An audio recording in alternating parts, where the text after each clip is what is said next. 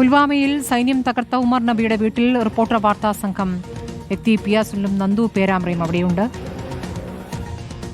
സുനിൽ, അവിടെ ഒരു വീടില്ല, പൂർണ്ണമായും തകർന്ന അവശിഷ്ടങ്ങൾക്കിടയിലാണല്ലോ ഉള്ളത്. എന്താണ് വിശദാംശങ്ങൾ? സ്മൃതി, പുൽവാമയിലെ കൊഹിലി ഗ്രാമത്തിലാണ് ഡോക്ടർ ഉമർ നബിയുടെ വീട്. ആ വീട്ടിന് മുമ്പിലാണ് ഞാനിപ്പോൾ ഉള്ളത്. ഏതായാലും ഉമർ നബി ചെങ്കോട്ടയ്ക്ക് മുമ്പിൽ സ്ഫോടനം നടത്തി നിരവധി പേരുടെ ജീവനാണ് എടുത്തത്. ഏതായാലും ആ സംഭവത്തിന്റെ പിന്നാലെയാണ് സൈന്യം ഉമർ നബിയുടെ കൊഹിലിയിലുള്ള ആ വീട് ഉമർ നബിയുടെ വീട് തകർത്തത്. അതിന്റെ ദൃശ്യമൊക്കെ തന്നെ നേരത്തെ പുറത്തു വന്നിരുന്നു. ഏതായാലും അവിടെ നമ്മളിപ്പോൾ റിപ്പോർട്ടർ സംഘം നേരിട്ട് എത്തിയിരിക്കുകയാണ്.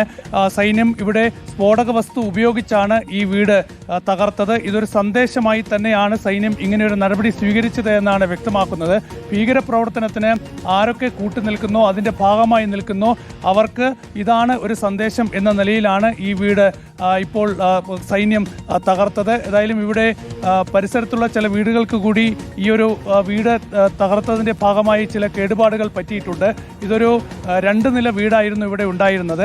ഇത് സ്ഫോടക വസ്തു വെച്ച് സൈന്യം തകർക്കുകയായിരുന്നു. ഈ വീട് പൂർണ്ണമായി നിലംപൊത്തിയിട്ടുണ്ട്. നേരത്തെ നേരത്തെ പെഹൽഗാമിൽ ഭീകരാക്രമണം ഉണ്ടായ സമയത്തും സമാനമായ രീതിയിൽ അന്ന് ഭീകരർക്ക് സഹായം നൽകിയവരുടെ വീടുകളും ഇതേപോലെ സൈന്യം തകർത്തിരുന്നു.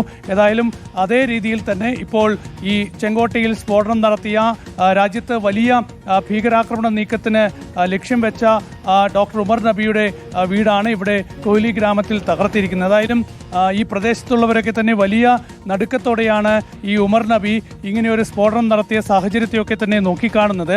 ഉമർ നബി ഒരിക്കലും അങ്ങനെ എന്തെങ്കിലും ഒരു നീക്കത്തിലേക്ക് പോകും എന്ന് പ്രതീക്ഷിച്ചില്ല എന്നാണ് പലരും ഇവിടെ ചൂണ്ടിക്കാണിച്ചത്. ക്യാമറയ്ക്ക് മുമ്പിൽ സംസാരിക്കാൻ പലർക്കും ഭയമാണ്. ഏതായാലും ഉമർ നബി ഇങ്ങനെ ഒരു ഭീകരപ്രവർത്തനത്തിന്റെ ഭാഗമാണ് എന്ന് ഒരിക്കലും ഇവരാരും പ്രതീക്ഷിച്ചിരുന്നില്ല. ഏതായാലും ഇവരുടെ കുടുംബാംഗങ്ങളൊക്കെ തന്നെ ഉണ്ടായിരുന്നു. അവരെ ഇവിടെ നിന്ന് മാറ്റിയ ശേഷമാണ് കഴിഞ്ഞ രാത്രിയിൽ 12:30 മണിക്ക് ശേഷം ഏതാണ്ട് 2 മണിക്കൂർ നീണ്ടുനിന്ന ഒരു പ്രവർത്തനമായിരുന്നു ഇവിടെ ഈ വീട് പൊളിക്കുന്നതുമായി ബന്ധപ്പെട്ട് ഉണ്ടായിരുന്നത്.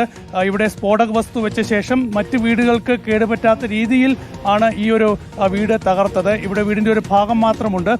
ഈ ഭാഗത്തുണ്ടായിരുന്ന വീട് പൂർണ്ണമായി നിലംപൊത്തിയിട്ടുണ്ട്. നമുക്കറിയാലോ, ജമ്മു കാശ്മീരിലെ വീടുകളൊക്കെ തന്നെ നിർമ്മിക്കുന്നത് ഏതാണ്ട് ഒരു 70% മരങ്ങൾ മാത്രം ഉപയോഗിച്ചാണ്. ഇവിടുത്തെ കാലാവസ്ഥയെ പ്രതിരോധിക്കാനായി ഏതാണ്ട് ആ വീട് പൂർണ്ണമായി തകർത്തിട്ടുണ്ട്.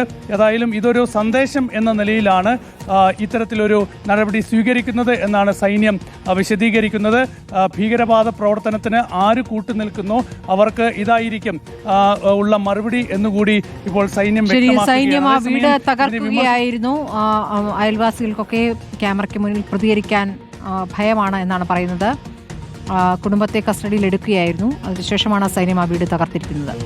പിയാസുനിലും നന്ദു പേരാമ്രയും ചേർന്ന് നൽകിയ വിവരങ്ങൾ.